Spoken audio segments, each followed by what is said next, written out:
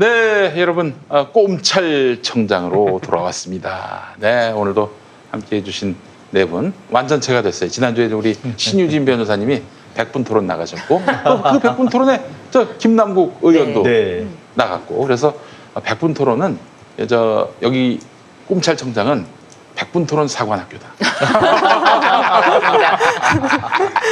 아니 농담이고 온전하신 우리 신유진 변호사님 그리고 김남국 변호사님 수고 많이 하셨고 자 오늘 드디어 완전체로 다시 모였습니다. 소개하겠습니다. 서대인 변호사님 안녕하세요. 어서 오세요.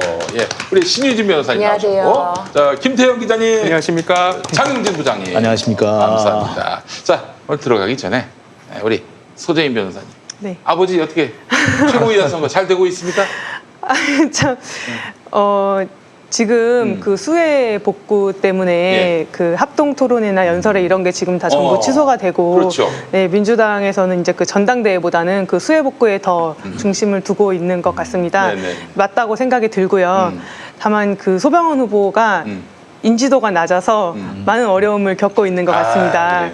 그래서 좀 관심 가져주시면 좋을 것 같고, 저도 이제 정보를 드리면, 지난 2년 동안 조직 사무부총장 민주당에서 조직 사무부총장을 하시고 그다음에 정책위 상임부의장을 하셨는데 그 조직 사무부총장이라는 그 역할이 되게 중요한 역할이래요. 중요하죠. 네, 그래서 그 지도 그리고 이제 최고위원회에도 이제 일주일에 3번씩 성실하게 참석을 하셨고 해서 어떤 지도부의 연속성을 위해서 최고위원 중에 한 명은 그 소병원 후보가 되어도 좋지 않을까라는 개인적인 의견이고 그 조직이 있었기 때문에 네. 180석 네. 더불어민주당이 가능했던 겁니다. 네, 예. 그리고 이제 한마디만 더 드리면 그 구호가 소확행이래요. 아버지가 소확행. 네, 아. 민주당의 소확행인데 소병훈일 것 같고 아니, 소신, 네. 확신, 행동 이래서 소확행이라고 그렇게 예, 하시더라고요. 예, 예, 그래서 예, 예.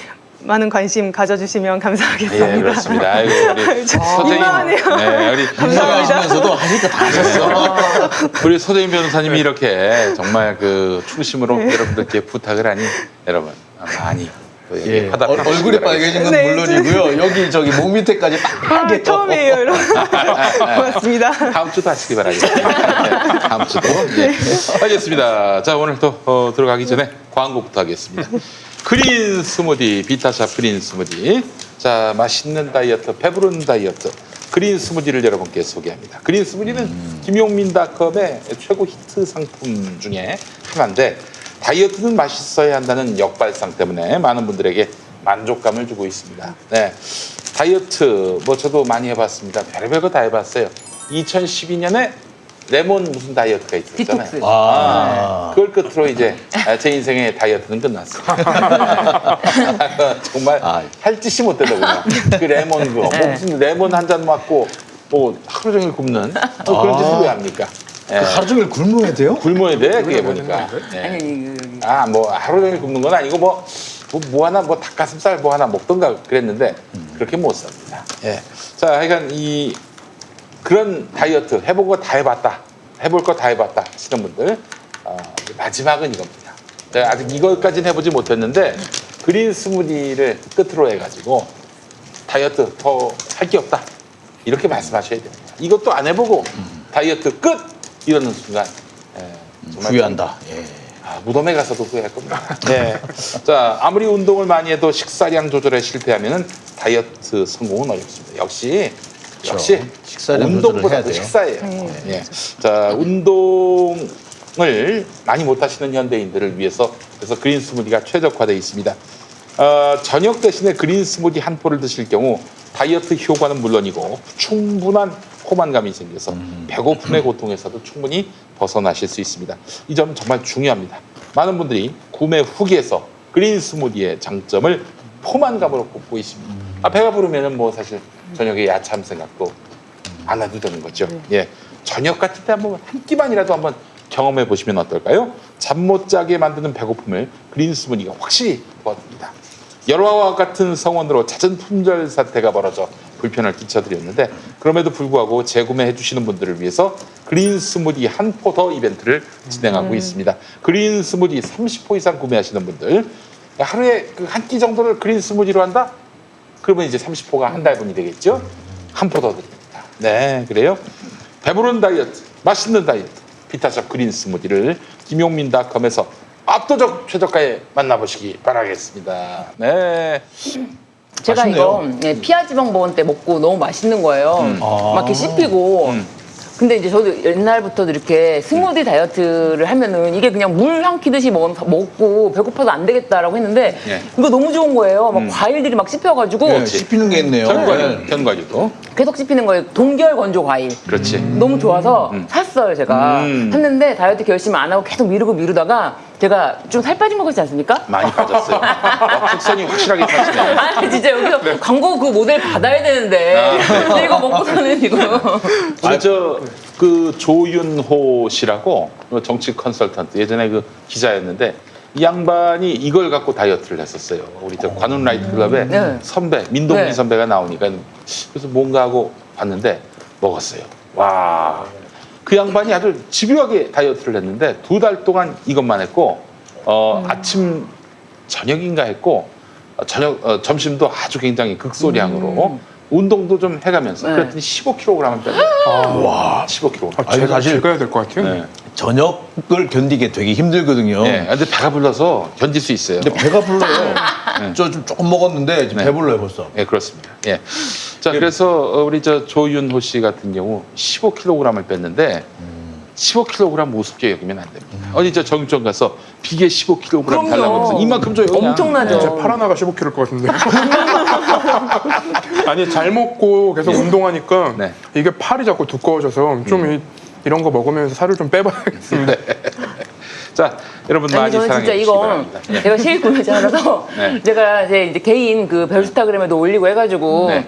근데 이거를 지속적으로 먹어야 돼. 사실 이게 맛있어요. 그래가지고 간식으로 맛있네. 간식으로도 막 먹고 그랬는데 이거를 저녁으로 대신 먹었을 때 사실 저녁에 이거 한 6시면 하나 먹기는 좀 그렇고 저는 그래서 6시에 하나 뭐 한 번 먹고 반을 남겨요. 오. 그래가지고 사실은 9시에 다시 먹어요. 그 반 오, 남긴 그거를. 좋네. 네, 왜냐하면은 네.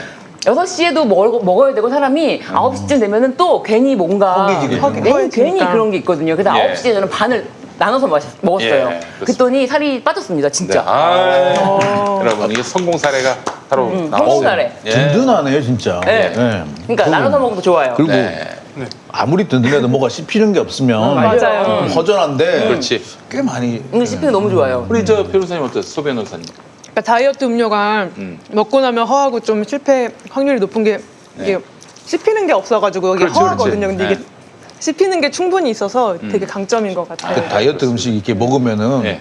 먹고 난데 이걸로 끝이야? 맞아요. 딱그 생각이 그 생각이 들거든요. 나는데 네.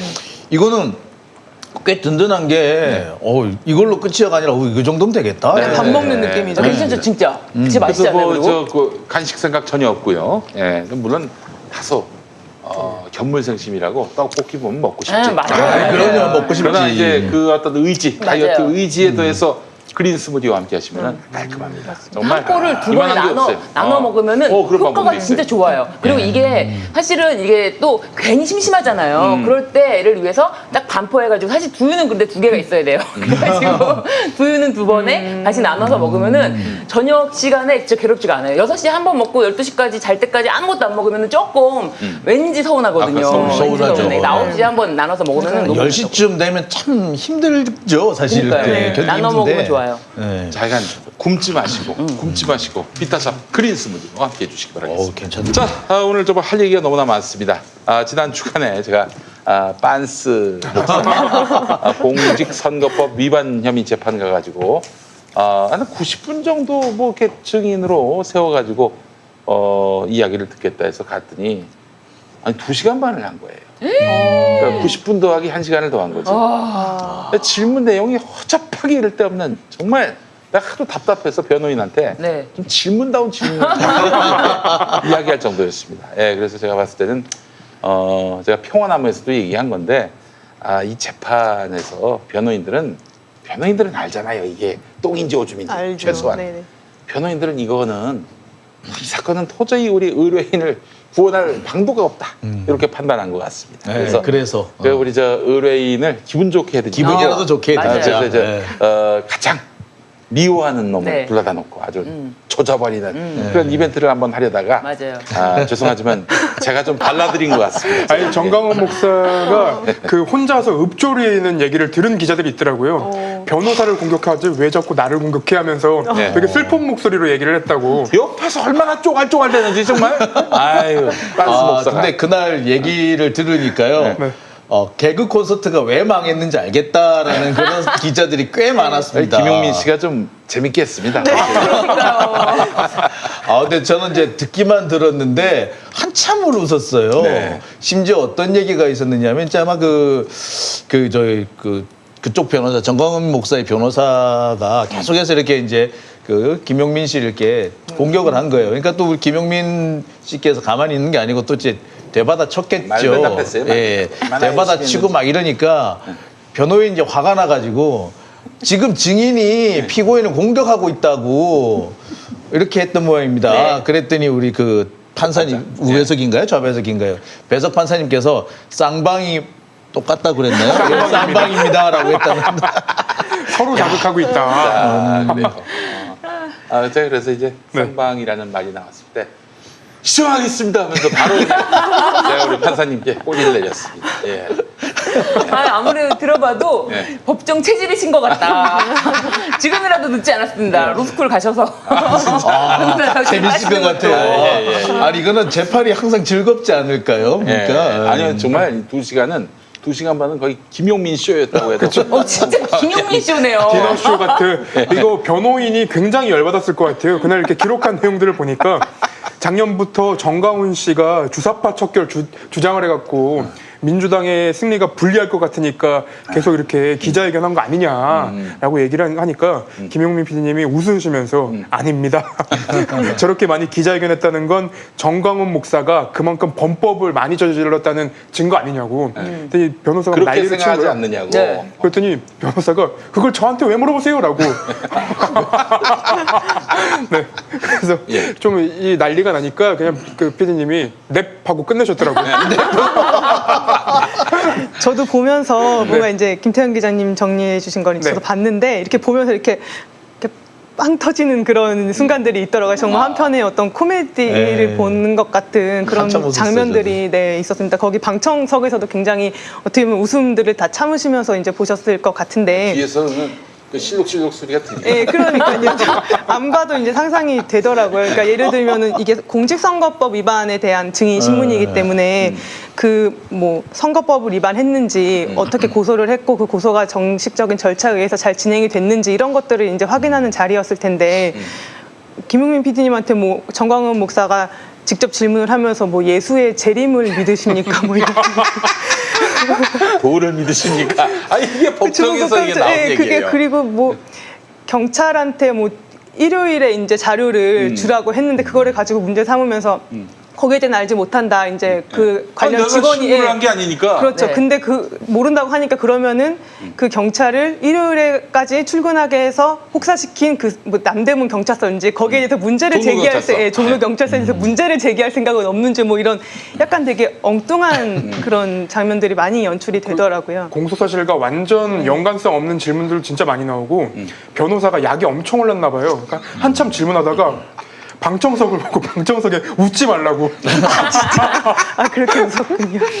그래서 기자들이 그래서 저 변호사의 실명을 까고 싶다라는 얘기들을 진짜 많이 했었어요. 아이고. 저도 웃긴 대목 중에 하나가 뭐 이제 변호인이 어떻게든 정광훈 목사를 구속하려고 그렇게 기자회견 많이 한 게 아니냐. 김영민 PD님께서 정광훈이 저한테 그렇게 대단한 사람이 아니다. 예, 정광훈이 저한테 그렇게 대단한 사람이 아니다. 그 정광훈 목사가 마지막에 한 말도 뭐 나 때는 전도사가 목사 눈도 못 쳐다봤다. 왜 하시는지도 그거 모르겠고 예, 예. 그리고 저는 이제 일단 감명을 받았던 거는 왜 이런 일을 하게 되셨느냐 이제 네. 김용민 PD님한테 주심 판사님이 아마 물으셨던 것 같아요. 그러니까 거기에 대해서 판사님, 그렇죠. 예, 예, 네, 예. 거기에 대해서 이제 어떻게 보면 기독교가 타의 모범이 되어야 되는데 이렇게 선거법 위반을 하는 것에 대해서 우리가 먼저 자정을 해서 좀 부끄러움 없는 그런 기독교를 이제 뭐 만들고 싶었다라던가 평화의 뭐 설립의 이유도 예, 합니다. 그렇게 예. 이제 그 말씀하신 것들을 내용을 보면서 굉장히 의미 있는 일을 정말 네. 하셨구나라는 그 생각이. 재판에서 그 정강훈 목사 그 변호인 측에 굉장히 선을 많이 넘었어요. 심지어 동생이랑 정강훈 목사랑 어떤 게 죄질이 높은 거 그건 같냐. 깜짝 놀랐어요. 진짜 나 이거 그 얘기도 진짜 깜짝 놀랐어요. 선을 엄청 넘은 거잖아요. 네. 근데 그래서 그때 네. 하고 싶었던 얘기가 뭐냐면은 네. 아니 나보고 정권 실세라고 하는데 정권 실세가 맞으면 내 동생 감옥 가게 못겠냐고. 예, 하여튼 뭐그 농담 비슷하게 하려다 말았는데 하여간 뭐 참 나도 재미있고 즐거운 시간이었습니다. 예, 법정 가서 그렇게 재밌어 본 적은 없었던 것 같아요. 예. 아니 너무 주사파는 어떻게 생각하세요? 이게 질문도 너무 웃기지 않아요? 아니 그게 말도 안 되는 얘기지. 그게 무슨 증인한테 주사파는 어떻게 생각하세요? 예. 그리고 뭐 진짜 충격적입니다. 네. 아, 그러니까 제가 뭐 사실 그 자리에 불려 나간 이유는 김용민이가 정권 실세여서 김용민이가 제시한 가이드라인대로 검경이 움직였다. 그 얘기를 하고 싶어서 날 불러가지고 예. 물어보는데 그럼 저희가 꼼찰총장을 할 이유가 없는 거 아닌가요? 아니 근데 너무 여기 검찰도 배석 판사도 배석 검사도 아니 공판 검사도 네. 공판 검사도 검사고 또 그러니 뭐 그분을 내가 적대시할 이유는 없어서 내가 얘기는 안 했는데 네. 아니 빤스를 구속 기소한 사람이 김태은 부장 아닙니까? 네. 김태은 부장은 윤석열 라인 아니에요? 그렇죠. 윤석열 라인이 왜 김용민 말을 듣습니까? 그렇잖아요. 중간중간에 재미있는 부분이 참 많이 나오는데요. 네. 뭐 변호사님이 그렇게 얘기하신 모양이에요. 뭐 중대한 위법 행위를 저질렀다고 해서 뭐 그 부분에 대해서 증인과 뭐 논쟁을 벌이고 싶지 않다. 네. 라고 하니까 김용민 씨께서 저도 법리 잘 몰라요. 아니 너무 유쾌하게 네. 증인 신문을 하고 오신 것 감사합니다. 같아서. 이거는 녹화를 해가지고 네. 국민들한테 정말. 좀 보여드릴 필요가 있지 진짜요? 않겠나. 네. 이거 세 편 나눠서 내면은 진짜 반응이 한 유튜브 조회수 폭발할 것 같아요. 네, 감사합니다. 고맙습니다. 그래서 6만 원 받았어요. 증인력이요. 네, 놀란 게 출연료. 그죠? 계좌로 네. 쏘는 줄 알았더니 네. 현금으로 거기서 줬죠. 이 나갈 때 자리에서 현금으로 진짜 줍니다. 줍기다. 그 저기 뭐 우리 세종대왕 6장 꼴 주신 거예요. 배추잎으로. 네. 네. 그래서 바로 우리 평화나무에 기부를 했습니다. 그래요, 여러분 정말. 아무튼 너무 수고가 많으신 것 같아요. 감사합니다. 진짜 2시간 반 동안 거기 증인석에 있는 거 너무 힘들거든요, 사실. 아니 재밌었어요. 하도 까불어가지고 재밌었어요. 방송- 아니 옆에서 자꾸 구시렁 되는 거야 우리 빤스 목사가. 나 좀 조용히 좀 하라고 하려고 그랬었어요. 뒤에 방송만 없으셨으면 더 하셨을 텐데. 글쎄 말이야. 내가 아주 일일이 다 이제 그 지도를 해주려고 그랬지 우리 변호사님들께. 그래서 뭐 하도 그냥 헛소리를 많이 해가지고 우리 빤스 목사한테 변호사 좀 좋은 변호사 좀 그랬더니 거기서 바로 네, 버럭. 육성으로 버럭 말 함부로 하지 마.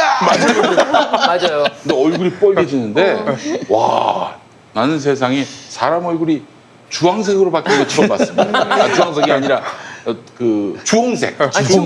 주홍색으로 바뀌는 거 처음 봤어요. 그분이 들어갈 때도 이렇게 지지자들한테 환한 웃음을 하면서 들어갔는데 이렇게 사람을 열받게 만드는 재판장에서 열받을 줄이야. 그래서 제가 왜 반말하세요? 예, 그렇게 얘기했어요. 예, 예. 정말 아무리 그 목사님이라고 하더라도 그거는 이제 어떤 법의 테두리 안에서 그 활동을 하셔야 되는데 엄연히 그 공직선거법을 위반한 행위에 대해서는 그에 따른 그 법적 판단과 책임을 지셔야 되는 거는 맞는 것 같습니다. 네, 제가 궁금한데 재판을 지금까지 한 4번 했대요. 이제 곧 결심이래요. 네. 근데 지금 빤스 목사는 피고는 절대 자기는 공선법을 위반하지 않았다 이러고 있는 상황인데 이렇게 재판이 일찍 끝나도 됩니까? 증거가 명백하면 네. 네. 증거가 명백하면 그리고 증거라는 것이 이미 다 확보되어 있는 증거라면 증인 신문을 더 부를 필요가 없다면 네. 빨리 끝납니다. 왜냐하면 증인 신문이 길어지는 경우에는 증인 한 명 한 명당 시간이 해보셨겠지만 네. 뭐 2시간 반이지만 재판부는 그 시간 거의 하루를 막 비워놔요. 거의 네. 이제 오후 시간을 내내 비워놓기 때문에 네. 재판부 법정 잡는 거 이런 거 증인들의 일정 잡는 거 이런 것까지 다 고려하면은 증인이 그러니까 진술 증거가 아니라 이건 다 명백하게 뭐 이렇게 영상 증거 아닐까요? 그렇죠. 예, 영상 증거도 네, 있고. 영상 증거도 있고 하기 때문에 친절하게 우리 네. 빤스 목사가 다 그걸 촬영해서 네. 유튜브에 올려놓습니다. 아, 네, 그 자료 우리는 그냥 있죠. 절취했을 뿐이야. 다운만 받았을 뿐이야. 그 변호사님이 그쪽 정광훈 목사 변호인 측이 자꾸 자살골을 넣으세요. 되게 그 죄송한 말씀이지만 그 옥중 서신을 유튜브에 올리는 것도 그분이 말해서 재판부가 안 거예요. 재판부가 놀라가지고 그러니까. 옥중 서신이요? 이렇게 나온 거예요. 그러니까 그 좋은 변호사 쓰라는 말이 틀린 말이 틀린 말이 아닌 거예요. 아니에요. 인생에 그 아주 그 정말 인생에 도움이 되는 피 같은 말, 살 같은 말입니다. 그 심지어 이제 그 평화나무 기자하고 이렇게 괜히 이렇게 좀 다툼이 생겨가지고 네. 그냥 그 평화나무 기자를 향해서 증 있어요? 이렇게 했다고 왜 네. 기자 사칭해요?라고 얘기를 하다가 네. 또 지나가던 뭐 어떤 뭐 방청객인지 하여튼 남자분하고 네. 내가 당신한테 말 걸었어라고 하기도 하고 뭐 좌충우돌하는 모습이 좀 보였던 걸로 봅니다. 네. 그 옆에서 그 자극했던 남자는 저희 사무총장입니다. 아 그래서 어떤 여자 방청객이 팀장님 그만하세요라고 했군요. 아까 이제 막 당신 저기 있어 기자 맞아. 그러니까 우리 그 권지영 기자가 변호사님 조용하세요. 이렇게 한마디 했습니다. 예. 그리고 마지막에 네. 문재인 대통령에 대한 맞아요. 증인 신청을 하는 걸 보고 또 충격이었어요. 충격이었죠. 그러니까 지금 이 빤스 목사는 그 논리 구조가 뭐냐면은 김용민이가 이러는 거는 문재인이 시켜서 한 것이다. 그러니까 자기는 문재인으로부터 탄압받고 있다. 이 서사를 만들고 싶은 거예요. 야, 자기가 한 거는 생각을 못 하는 것 같아요. 재밌네요. 상당히 재밌는 논리 구조네요. 네. 근데 또 변호사들이 또 의뢰인이 또 이런 논리 구조를 만들었는데 네. 이것도 역행할 수는 또 없는 거 아닙니까? 그러니까 재판에서 이길 가능성이 전혀 없으니까 네. 이런 격가지로 그냥 네, 그렇게 격가지로 한 우리 것 같아요. 빤스 목사님 의뢰인에게 네. 공사하고 있어요. 어떤 변호사님 그거 얘기해 주시던데 피고인 말만 믿고 재판 들어가면 똥 된다고. 네. 네, 근데 진짜 맞아요. 피고인 말만 듣고 들어가신 게 아닌가. 아니 애초에 처음에 33명인가 변호인으로 정말 그렇게 많이 아니, 그게 초보와. 네. 33이 뭔가 있어 보이니까 어디 맞춘 것 같아 내가 봤을 때. 아, 숫자를. 어떻게? 그래요? 그리고 제가 이런 말씀 드리기 좀 그렇지만 그냥 아는 이제 뭐 교인이든 누구든 이렇게 아는 사람 이렇게 해가지고 그냥 이 변호사의 어떤 능력이나 이런 거 없이 재판은 내가 더 잘한다. 그래가지고 내 말만 들으면 된다. 뭐 그렇게 진행하시는 게 아닐까. 이게 법리 다툼이 전혀 없어요. 그러니까 그 사실 그 우리 기사를 쓰려면 뭘 가지고 다툼이 벌어진다. 그러니까 쟁점이 뭐 이런 걸 써야 되는데 없어. 그래서 쟁점이 뭐야? 이렇게 그렇죠. 그러니까 사실관계가 너무 명확하니까 사실 법리 다툴 것도 없는 사안이기는 하죠. 그래서 네. 이제 아까 말씀하신 것처럼 격가지로 어떤 뭐 정권 실세다라던가 이런 어떤 모양새를 만드는데 더 중점을 두는 재판인 맞아. 것 제가 같아요. 법리는 좀 모르지만 우리 저 두 분 변호사님께 많은 지도를 받아서 내가 변호인이라면은 변론 전략을 무죄 전략 아니 죄가 있는데 증거가 있는데 그냥 읍소 전략으로 가면서 맞아요. 네, 읍소 전략이 우리 전광훈 목사님께서 만약에 이렇게 뭐 유죄를 받으면은 이런 어떤 표현의 자유가 억압되고 뭐 그렇게 되는 것이다. 그러니까 좀 최대한 좀 깎아달라. 선처해달라. 이게 맞지 않습니까? 그게 맞죠. 그게 정확하죠. 네. 저라면 그렇게 했을 거예요. 왜냐하면 너무 증거가 빼도 박도 없이 예요. 너무 명백하고 너무 당연히 명백하기 명백해요. 때문에. 명백하죠. 명박해. 네. 그래서 명백스러운 문제예요. 그래서 그날 들어갔던 기자들이 대부분 헤드라인이나 기사 내용을 총체적 난국이나 아무 말 대잔치 뭐 이렇게 아무 갔더라고요. 말 대잔치 딱인 것 같아요.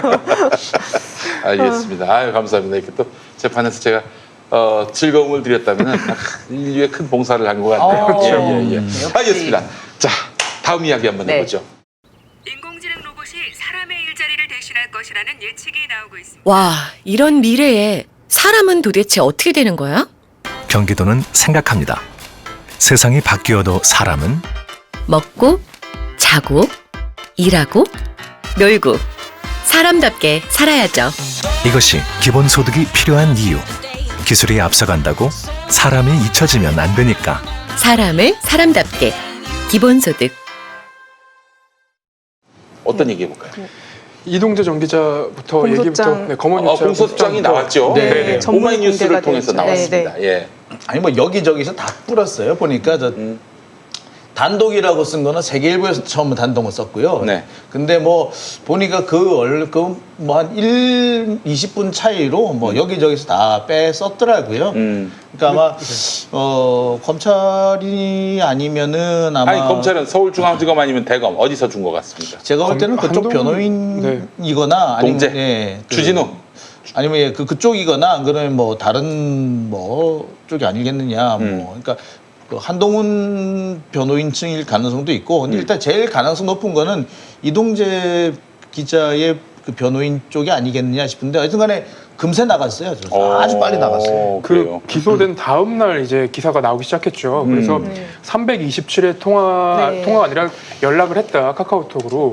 근데 이 내용을 가지고 뭐 조선일보나 보수지 같은 경우에는 327회 연락했다는 게 도대체 무슨 증거가 되냐. 그 내용을 알아야지 327회 했다는 것만으로는 구체적인 뭐 증명을 할 수 없다 이런 기사들이 나오더라고요. 아니 그 327회 동안에 뭐 서로 이모티콘으로 대화를 나누고 뭐 선물 쏘고 그랬겠어요? 갑자기 뭐 트와이스 얘기하진 않았을 거예요. 네. 그러니까 웃긴 건 1월 26일부터 3월 22일까지 날짜가 특정이 돼 있어요. 네. 그 날짜를 보면은 175회 정도는 이동재 전 기자가 그 이철 대표한테 편지를 보내기 전 그리고 그 150회 정도는 이제 보내고 난 이후 그 과정에 완전히 그 집중이 돼 있어요. 근데 여기서 구체적인 거는 뭐 이동재 기자가 이제 그 제보자 그러니까 대리인 지모 씨가 더 이상 같이 하기는 어렵다라고 얘기를 하니까 한동훈 검사한테 전화를 하고 그리고 우리 같이 간다고 얘기해 뭐 이런 정도의 대화 녹취록도 공소장에 같이 들어가 있긴 하거든요. 이런 정황들을 보면 사실은 공모가 있었다 하지만 한동훈 검사가 지금 협조하지 않고 있다 이 정도의 톤으로 기사가 나가야 되지 않을까. 그러니까 정확하게 하자면은 이제 그게 횟수가 그렇게 많다라는 거는 뭘 말하느냐면 그 내용을 들여다볼 필요가 있다는 건 명백해진 거거든요. 그러니까 그 300여 차례나 될 정도로 이렇게 많이 했다면은 제가 볼 때 분명히 들여다볼 그래 뭔 얘기를 했니?라고 들여다볼 필요가 있는데 그 필요성만큼은 분명하거든요. 그러니까 말한 말 그대로 그걸 가지고 뭐가 범죄가 입증됐다고 말하기는 아니지만 그렇죠. 그걸 가지고 수사를 시작해야 될 근거는 충분하거든요. 그런데 그 부분을 그런데 그 부분에서 이제 어디가 막히고 있느냐면은 바로 그 한동훈 검사가 내놓고 있지 않다라는 거. 그 사실 한동훈 검사의 그 카카오톡 메시지나 통화 내용만 보면은 그걸 왜 그 얘기를 했는지 무슨 얘기를 했는지가 다 나온단 말이에요. 근데 그거를 지금 볼 수가 없기 때문에 지금 그게 문제가 되는 건데 지금 그 몇몇 언론사들에서는 그 부분을 완전히 간과하고 자꾸 그 한동훈과 이동재를 이렇게 감싸려고 하는 그런 모습인 것 같아요. 또 채널 A는 아예 뭐 권원유착으로 하여튼 완전히 그 이슈를 호도하려고 지금 그러고 있는데 아니 이렇게 이동재가 한동훈하고 나눈 대화를 확보하지 못할 경우에는 어떻습니까? 이게 한동훈에게 불이익은 없습니까? 일단은 그 327회 연락을 했음에도 여기에 대해서 이제 뭐 이건 증거가 안 된다라고 그렇게 얘기를 하는 거는 좀 구별을 해야 되는 게 이게 어떤 직접 증거는 안 된다는 거예요. 범죄의 직접 증거는. 그렇죠. 그냥 카톡을 327회 주고받았다는 것만으로는. 하지만 그게 이제 간접 증거로서 정황 증거가 되는 것이고요. 이 두 사람 사이가 되게 긴밀한 소통 구조였다. 그렇죠. 그런 정황이 충분히 될 수 있는 거고 왜냐하면 이 연락의 횟수가 이제 뭐 날짜로 따지면 한 달에 거의 뭐 100번씩 연락을 했다는 그런 정도 뭐 보통 친밀한 사이가 아닌 거예요, 사실은. 그리고 이 공소장을 저도 이제 한번 읽어봤는데 이제 공소장이 나오기 전에 뭐 두 가지 버전이 있었다고 하죠. 기사에서 보니까 공모관계가 적시된 공소장과 공모관계가 적시되지 않은 공소장을 두 개를 같이 가지고 있다가 뭐 공모관계가 적시되지 않은 공소장을 제출한 거 보면 뭐 수사에 자신이 없는 거 아니냐, 뭐 객관적인 증거 제출하지 않은 거 아니냐, 뭐 이렇게 얘기를 해서 저도 이제 공소장을 꼼꼼히 읽어봤어요. 근데 보통 그 공소장은 어떤 식으로 이제 되냐면 뭐 만약에 3명이 공범이다라고 하면 피고인 1은 뭐를 했고, 피고인 2는 뭐를 했고, 피고인 3은 뭐를 했다. 그래서 이제 1, 2, 3이 공모해서 어떤 범죄를 저질렀다 이렇게 되는 거거든요. 근데 사실 이 공소장은 뭐 한동훈이 공모해서라는 그 말만 적시되어 있지 않을 뿐 구조 자체는 그 이동재, 한동훈, 그 백 기자가 3명이 공모한 구조로 되어 있어요. 짜여져 있어요. 공소장 구조 자체는. 그래서 이동재 기자는 뭐를 했고 한동훈 검사는 뭐를 했고 백 기자는 뭐를 했고 이런 것들이 다 나열이 되어 있고 그 마지막에 단지 백 기자와 이동재가 공모해서 강요 미수를 했다라고 적혀 있을 뿐인 거죠. 그러니까 그렇지만 이제 그 빈칸 충분히 수사를 통해서 빈칸을 채우면 그 빈칸을 채워 넣기만 하면 되는 그 공간들은 다 지금 이 공소장 안에 들어가 있는 거예요. 그래서 제가 좀 중요하게 봤던 거는 이게 편지를 쓰기 전에 한번 만나서 얘기를 나눴었죠. 그리고 취재를 진행하는 과정에서 이동재 기자가 어려움에 봉착을 해요. 그거는 바로 이철 대표 측에서 나 이거 더 이상 진행 못하겠다. 그런 어려움에 봉착을 했을 때 어떤 행동을 하냐면 이게 공소장에 다 나와 있는 거예요. 한동훈 검사한테 전화를 해요. 그리고 한동훈 검사랑 전화를 하고 끊는 다음에 한 3분 후에 이철 대표 쪽에게 연락을 해요. 뭔가 진전된 게 있다. 그리고 그렇게 연락을 한 다음에 백 기자한테 같은 날 공유를 해요. 한동훈 검사와 나눈 이야기를 난 이거 위험해서 못하겠다고 했는데 한번 만나보라고 했다. 그게 2번이 있어요. 그 결정적인 순간마다. 그러면 과연 그 이동재 기자가 취재를 하다가 어려움에 봉착했을 그때 한동훈 검사에게 무슨 얘기를 했을까 전화로. 그리고 그 전화를 끊고 나서 이렇게 일이 진행이 됐는데 분명히 그 얘기를 어떤 얘기를 했을까 이게 지금 나와 있지 않은 거거든요. 그래서 그 부분에 대해서 수사가 돼서 채워 넣을 수 있는 공간들은 지금 다 마련되어 있다. 저는 그런 생각이 일단 들더라고요. 지금 증거가 안 밝혀지고 있잖아. 수집이 안 되고 있잖아요. 네. 그러면 사실은 기사가 어떻게 나와야 되냐면 이동재 진짜 잘 지웠다.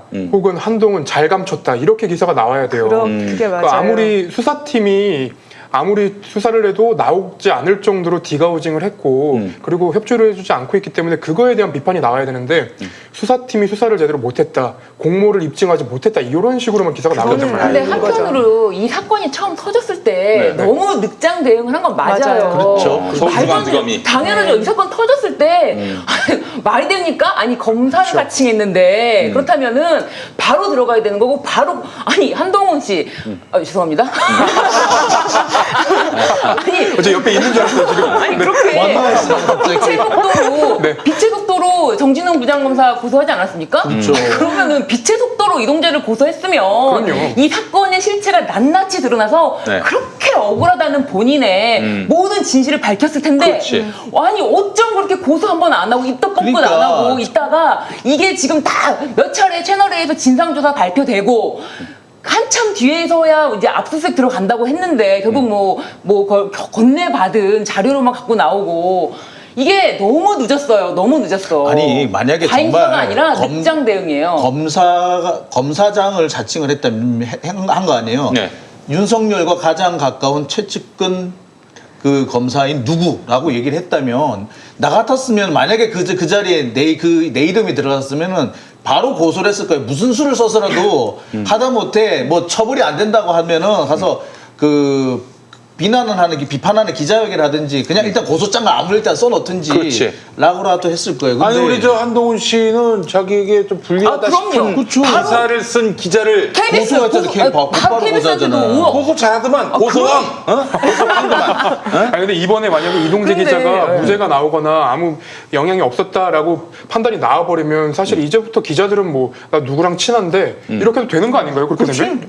나 이제부터 나 사실은 말이야 나 윤석열하고도 되게 친하거든 이러면서 근데 기자가 이제 한동훈 검사랑 그러니까 그 검사랑 친한데 거기서 끝난 게 아니라 당신 가족들도 털릴 수 있고 그러니까요. 지금 12년 받았지만 20년 될 수도 있고 뭐 당신 부인도 뭐 어떻게 잘못될 수 있다 이렇게 어떻게 보면 재산 협박을 못 하면서 지킨다. 그쵸. 그쵸. 그렇게 이제 거의 너무 그게 완전 범죄를 한 것이죠. 그 검찰, 행위 네, 사실을 보면 친한데 라고 말하면 이동재처럼 들어가니까 네, 검찰 검사는 공소장에 가만히 있겠다. 검찰 공소장에 이런 내용이 있어요. 이게 지금 그 이동재 기자랑 한동훈 검사가 협조를 안 해주고 있어서 이동재 기자는 다 지워서 확보가 안 된 내용인데 제보자랑 여기저기서 수사를 하는 과정에서 확보를 한 것 같아요. 수사팀에서. 어떤 말이 있냐면 그 이동재 기자가 이렇게 얘기를 합니다. 네가 앉아가지고 가만히 수사하면서 당해가지고 탈탈 털리는 것보다 그래도 먼저 자진납세하면 너한테 낫지 않겠냐라는 내용을 한동훈 검사랑 통화를 해요.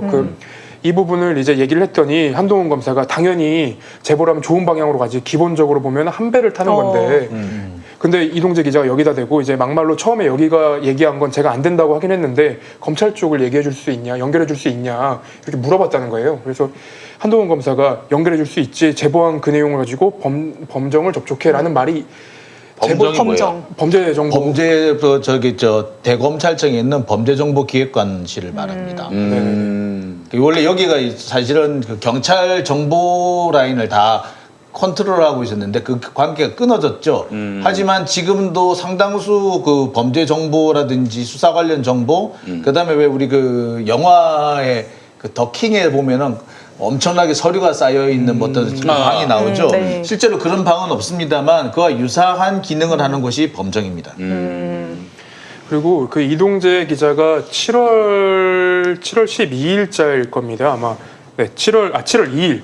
2일에 조선일보랑 인터뷰를 합니다. 인터뷰하는 내용을 보면은 나는 한동훈 검사장이랑 밥 한 끼 먹어본 적이 없다. 나한테 굉장히 어려운 사람이다. 나는 5년 차밖에 안 되는데 어떻게 검사장을 말도 안 된다라고 얘기를 하죠. 심지어 친했으면 내가 가서 15분만 대거 부산에 갔을 때 15분만 얘기하고 나왔겠냐. 밥도 같이 먹고 나오지. 얘기를 했는데 그 당시에는 5회 통화한 것만 밝혀졌어요.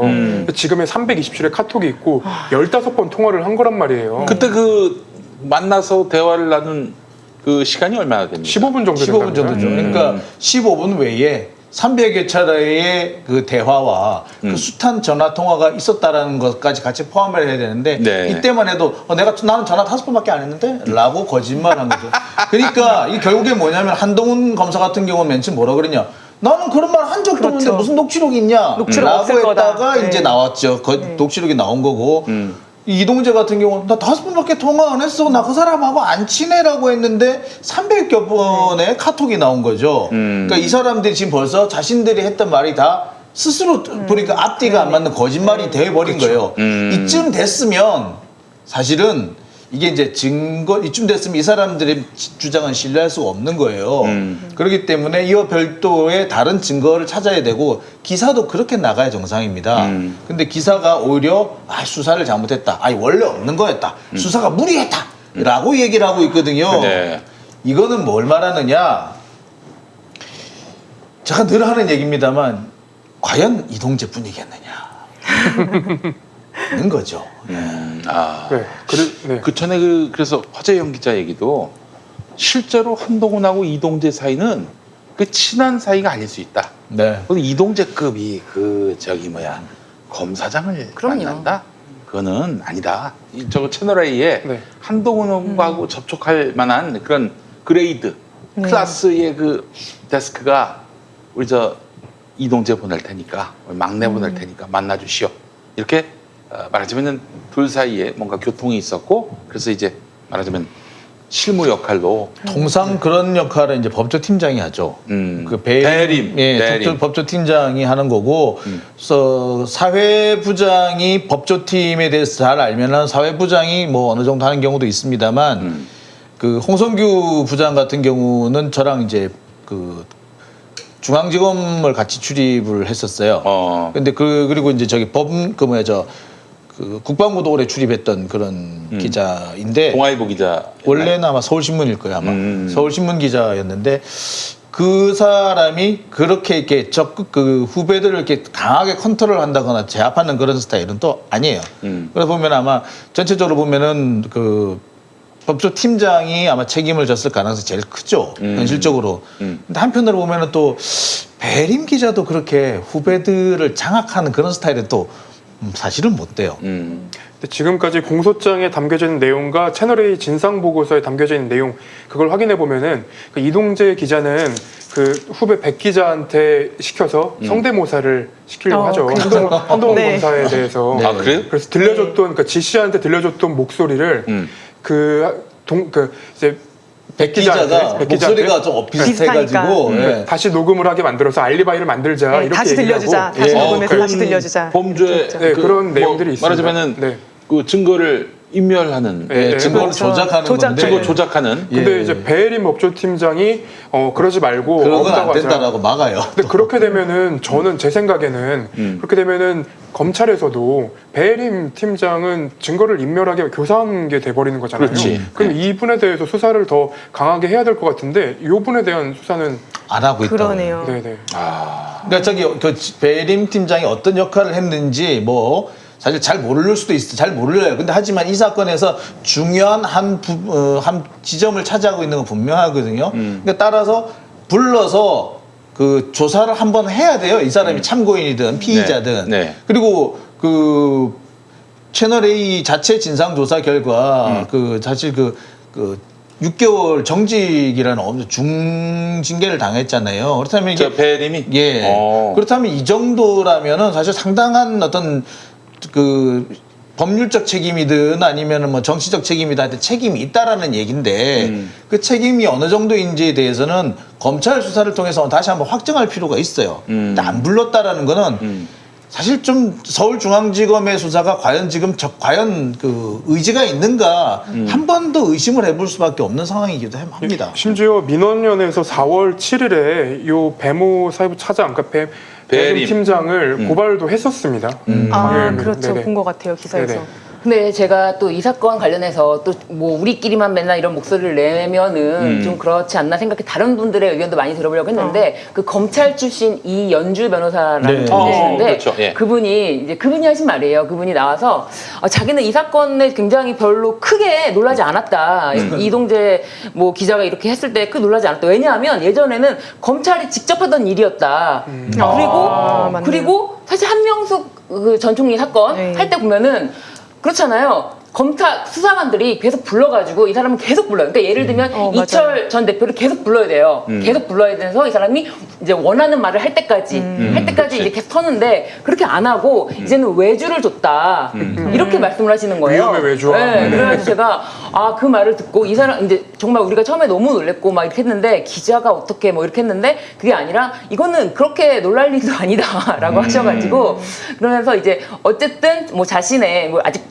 뭐 범죄 사실이 정확하게 밝혀진 바가 아니라서 자신은 그렇게 추측하고 이게 자신의 의견이다라고 밝혔지만 꽤 설득력이 있더라고요. 그러니까 한번 예전에 했던 방식대로 또 하면은 문제가 생길 수가 문제되니까. 있으니까 그러니까, 예. 이제는 방법을 좀 새로운 그 좀 문제가 안 될 수 있는 그 경로를 찾아낸 게 아니겠느냐. 그런, 예. 옛날에는 그걸 검찰 수사관들이 했던 일인데 네. 검찰 수사관도 안 될 것 같으니까 아주 가까운 그렇죠. 긴밀한 관계에 있는 그렇죠. 기자들 동원하지 기자들을 않았느냐 통해서. 이런 취지를 말씀하신 거잖아요. 예, 그리고 사실 기자들은 검찰 이제 뭐 출입 기자긴 하지만 어쨌든 간에 외부 세력이니까 꼬리 자르기 지금처럼 이게 딱 자르기 좋죠. 완전 좋잖아요. 우리가 상관없어요. 네. 저 사람들이 검찰 수석입니까? 혼자 그랬어요. 그랬더니 또 이동재 변호인도 얘 혼자 했어. 얘 혼자 다 출신.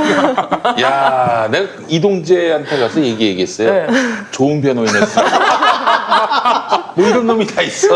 아니 사실 이거는 이동재 기자가 빠져나가려면은 이거는 주범이 되는 게 아니라 자기가 어떤 종범이 되지. 종범으로 그렇죠. 되거나 아니면은 그냥 나는 오히려 한동훈의 꼬임에 빠졌다라고 이용당했다라고. 해야지 네. 맞아요. 그래야지 사실 채널A도 살거든요. 그런데 내가 다 했다라고 하는 순간에 이동재 기자가 이제 독박 쓰는 건 물론이고 채널A도 상당히 좀 회사 차원에서 또 위험해지는 상황이 되거든요. 자, 그런데 글쎄요. 아니 왜냐하면 그쪽에서는 이렇게 보고 있겠죠. 그 윤석열 총장이 이제 차기 대선 주자로 나오면서 자기네가 더 힘을 받을 수 있다.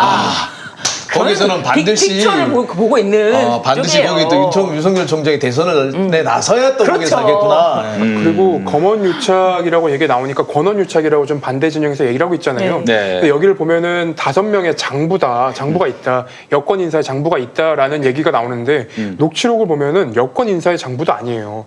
여야 5명이에요. 그렇게 되면은 여권 인사 5명을 주고 여권 인사 5명의 장부를 주고 그 지모 씨가 이동재 기자를 꼬셨다. 요 말도 좀 틀리게 되는 거예요. 그리고 그 여야 인사 5명 얘기를 하는데 거기에 대해서 그렇게 관심을 안 보여요.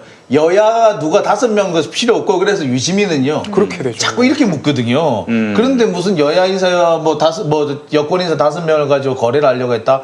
그거는 사실 말이 안 되죠. 그리고 저도 권언육착 프레임을 봤는데 이게 권과 언이 짜고 이제 한동훈 검사와 이동재를 함정에 빠뜨렸다 이런 네, 내용이잖아요. 권은 한마디로 저 문재인 정부고 그쵸. 어는 MBC를 말하는 거죠?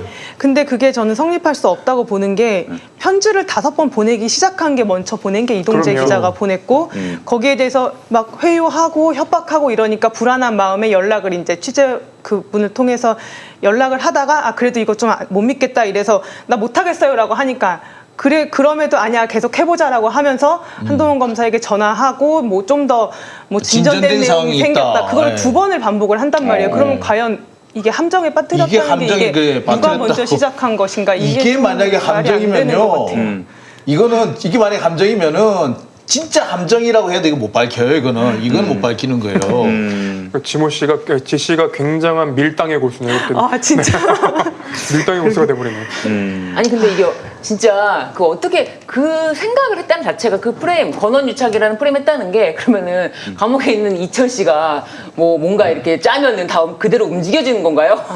자, 근데 지금 재밌는 거는 글쎄 뭐 한동훈 쪽인지 어느 쪽인지는 모르겠으나 이 슬슬 좀 이제 여기에 협박을 하는 그런 것도 조금 이제 좀 섞어서 지금 그 언론 플레이를 하는 것 같아요. 그래서 뭐 그런 얘기가 돕니다. 한동훈이 사실은 되게 무서운 사람이야. 뭔가 세게 큰 거 하나 뒤지고 있어. 그러니까 다들 조심해야 돼. 이런 얘기들이 슬슬 돌기 시작을 해요. 그러니까 특히 그래가지고 저나 김태현 기자 귀에 막 들어오게 만들어요. 그런 걸로 볼 때 쫄렸구나 얘들이 상당히 위기감을 느끼고 있구나. 그래서 제가 어느 분이 하도 진지하게 그런 얘기를 하시길래 제가 그런 얘기를 했습니다.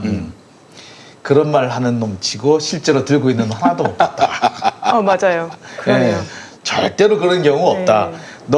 그리고 사실 검사가 그렇잖아요. 검사가 보통 그 혐의 입장에 자신감을 보인 경우에는 혐의를 입증할 증거가 없는 경우가 더 많았었고, 예, 사실 입 다물고 가만히 있는데 나중에 보니까 이런 증거가 나오는구나라는 경우가 더 많았거든요. 네, 그래서 한편으로 가만히 보면서 지금 상황이 참 재미있게 흘러간다라는 생각이 드네요. 알겠습니다. 그 지금 일단은 공범으로 적시하지 않았어요. 그 네. 저기 한동훈을. 네. 그러면은 한동훈까지 안 가는 겁니까? 불길이? 공범으로 적시를 했으면 오히려 한동훈 검사가 좋아하는 상황이죠. 왜냐하면 그래요? 더 이상 수사를 할 수가 없는 거니까요. 아니 공범이면 그 뭐 수사를 해서 기소를 안 돼요, 하든지 안 돼요. 말든지. 그러니까 공소 제기 이제 공범으로 적시해놓고 기소를 안 해놓고 예. 그렇게 그렇죠. 추가 수사를 지금 하겠다는 하겠다는 입장이죠. 겁니다. 그래서 네. 추가 수사에서 공범 기소가 가능한 근데 거죠. 추가 수사를 할 상황이면 굳이 공범이라고 공소장에 그 기재할 이유는 없어요. 네. 그리고 그렇죠. 그 조범동 씨랑 정경심 교수 사건을 딱 두고 비교해 보면은 조범동 씨의 사건에서 무죄가 나온다고 해서 정경심 교수한테 바로 연락이 영향이 안 미치는 것처럼 이동재 기자의 사건에서 뭐 유죄가 나오든 무죄가 나오든 한동훈 검사에 대한 사건은 또 별개예요. 그리고 실제로 처음에 그 조범동 씨를 기소할 때 정경심 교수를 공범으로 기재는 안 했었어요. 나중에 맞아요. 바뀌었어요. 네. 경공범으로. 왜냐하면은 공소 제기 전에, 그러니까 어쨌든 간에 이 지금 수사하는 중이잖아요. 이 수사 사실에 대해서 만약에 여기다가 뭐 공범으로 적시하고 그러면 이미 어느 정도 노출이 되기 그렇죠, 때문에 그렇죠. 예, 그래서 기재를 하거나 안 하면 더 오히려 안 되는 거죠. 네. 그렇죠. 그러면은 하여튼 뭐 한동훈을 기소하고 이렇게 재판에 올릴 아직 그 여지는 남아 있다. 네.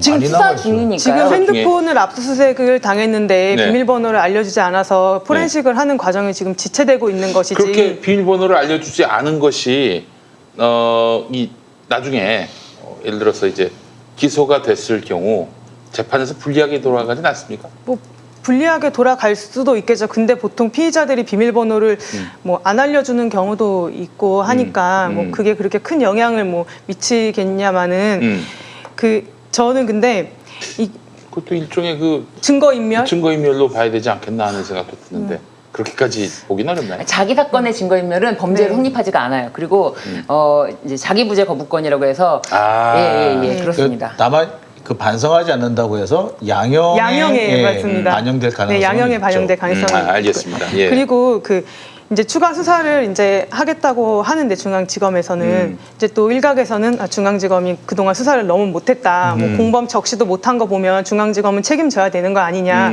뭐 무리한 수사였다. 뭐 이런 여러 말들이 나오고 있는데 저는 이 사건은 그 검찰총장이 직접 나서서 제 식구 감싸기를 한 사건인데 어떻게 수사를 할 수가 있었을까? 이렇게 수사를 어떻게 보면 방해를 받았다고도 이제 볼 수 있는 사건이거든요. 왜냐하면 처음으로 돌아가서 생각해 보면 이 문제가 언론에서 한번 크게 터지고 이 채널A 기자 검언유착 사건이 그다음에 진행되는 상황을 보면 처음에는 수사 사건으로 배당된 것도 아니고 대검 인권부로 먼저 배당이 되었던 사건이에요. 그래서 몇 달 전이에요. 그래서 추미애 장관이 한번 그 뭐 법사위에서 감찰을 해야 될 사안을 수사를 해야 될 사안을 인권 문제로 변질시켰다라고 이렇게 한마디를 하셨었고 그 다음에 이제 어찌어찌해서 중앙지검에서 수사를 하게 됐어요. 근데 처음에는 윤석열 총장이 나 관여 안 하겠다라고 했다가 이후에 이제 백 기자에게서 어떤 증거들이 나오고 그다음에 구속영장 청구하자는 얘기가 나오고 이러니까 갑자기 자문위원회가 소집이 되죠. 그리고 뭐 거기에 대해서 자문위원회 소집은 안 된다라고 하니까 특임 검사를 임명해달라고 하고 그다음에 뭐 검사장 회의를 소집하고 이러면서 어떻게 보면 너무 이상한 모양새가 그렇죠. 되었던 거예요. 적극적으로 수사를 방해했죠. 네. 전형적인 시간 끌기 작전. 네, 그리고 이제 돌리기. 사건 돌리기. 시간 그리고 끌기. 이제 증거 관련해서는 이동재 기자는 노트북과 핸드폰 2대를 이미 초기화 다 했고 한동훈 검사는 핸드폰은 압수당했으면서 유심은 뺏어주고 유심 가지러 갔더니 몸싸움하고 그리고 지금은 권언유착이라는 그런 어떤 새로운 프레임을 만들어서 막 그 수사의 어떤 동력을 훼손시키려는 그런 저는 시도를 하고 있다고 개인적으로 생각을 합니다.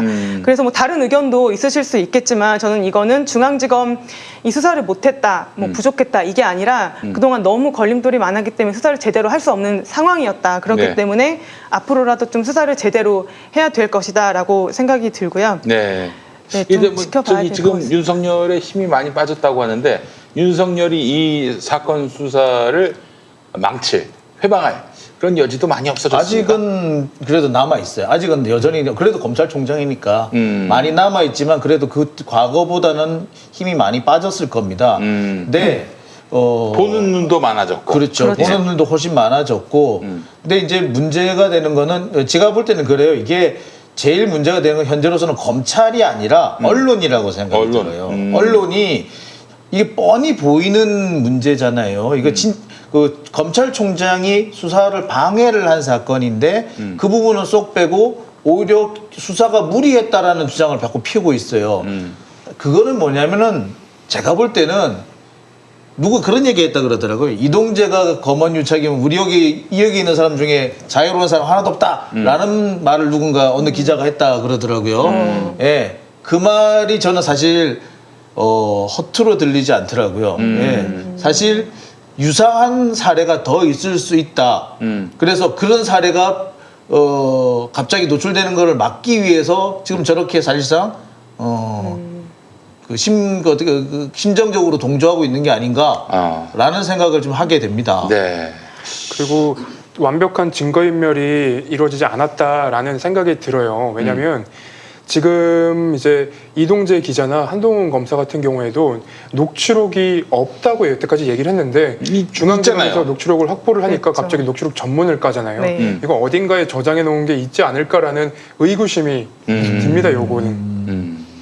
그 사실 지금쯤 되면은 이 기자단이라는 데서 반성문이 나와야 정상이에요. 그렇죠. 작년에 이제 PD 수첩 그에서 검찰 기자단 이 얘기를 폭로를 했을 때 그 당시 검찰 기자단에서 나온 그 성명서가 있지 않습니까? 그 땀내 나는 외곽 취재의 결과물을 음험한 유착의 그 산물인 것처럼 왜곡했다. 네.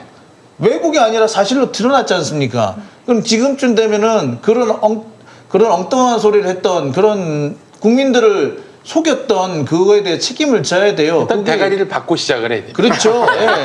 예. 그 제가 알기로는 그쪽에 그 출입 기자 간사단이 그 저기 MBN의 그 김모 기자인 걸로 알고 있는데 당장 그 기자부터 대국민 사과를 해야 돼요. 그리고 제가 볼 때는 그 성명서를 누가 썼는지를 제가 알 것 같아요. 이게 아주 익숙한 문체거든요. 예, 그 익숙한 문체에 있는 내가 우리 그 김용민 PD께서 좀 잘 아시는 아마 그 신문사일 것 같은데 그 신문사에 그 오래된 그 법조 기자가 있는데 그 기자 역시도 이거는 사실 대국민 사과부터 하고 시작을 해야 되는 거예요. 설령 두 사람이 검찰 검언유착과는 결백하다고 하더라도 네. 명백한 사실을 거짓이라고 그리고 PD수첩에 대해서 뭐 형사 고소를 하겠다는 이렇게 협박을 했으니까 그 부분에 대해서 사과를 하고 시작을 해야죠. 그 신문사가 혹시 중구에 있습니까? 마포구에 있습니까? 여의도에 있습니다. 여의도에 있어요? 그 신문사가 네, 종합지입니까? 그럴걸요. 종합지 중에 여의도에 있는 데가 가만히 있자. 근데 잠깐만 좀 계산을 해보고요. 조중동 아니고 그다음에 한국일보 아니고 서울신문 아니고 문화일보 아니고 그리고 국민일보? 국민일보밖에 없네. 아니, 국민일보. 파이낸셜스도 거기 있어요. 아 그거 종합지 아니지? 아시아투데이도 거기 있고. 아, 전 처음부터 그 생각을 했는데. 이미 돌아가신다. 일부러 저러는 거 아니에요? 지금 싫어하는 순서들을 읽으신 것 같아요. 아니요. 그렇지 않습니다. 예. 그래요. 아, 네, 국민일보구나. 딱 근데 문체를 보니까 딱 그 친구 문체예요. 예. 네, 그래서 뭐 그 땀내 나는 외곽 취재니 음험한 뭐 이런 표현을 볼 때 너구나. 나는 딱 알겠더라고. 알겠습니다. 아직 좀 더 지켜봐야 될 텐데. 네. 근데 한정없이 수사할 수는 없을 거 아니에요?